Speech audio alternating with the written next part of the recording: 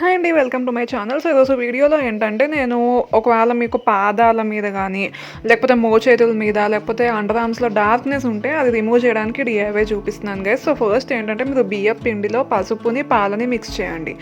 So once కలిపిన తర్వాత మీరు ఏం చేస్తారంటే నేను ఇక్కడ ఏంటంటే పాదాల మీద అప్లై చేసి చూపిస్తున్నాను గైస్. తర్వాత ఏంటంటే నేను ఈవెన్ మోచేతుల మీద కూడా అప్లై చేసుకున్నాను. సో ఇలా మీరు రోజు చేసుకుంటూ వెళ్ళొచ్చు. ఫస్ట్ ఆఫ్ ఆల్ ఏంటంటే ప్యాచ్ టెస్ట్ చేయడం మర్చిపోద్దు. సో నేను ఏంటంటే ఒక థిక్ లేయర్లో అప్లై చేస్తున్నాను అనమాట, ఇక్కడ చూపించినట్టు. సో అప్లై చేసిన తర్వాత ఏంటంటే ఒక 15 నిమిషాల వరకు వదిలేయండి. మీరు వదిలేసిన తర్వాత ఏంటంటే మరీ గట్టిగా అయ్యే వరకు మీరు వదిలేయద్దు, ఎందుకంటే అది రిమూవ్ చేయడం కష్టం అవుతుంది అనమాట.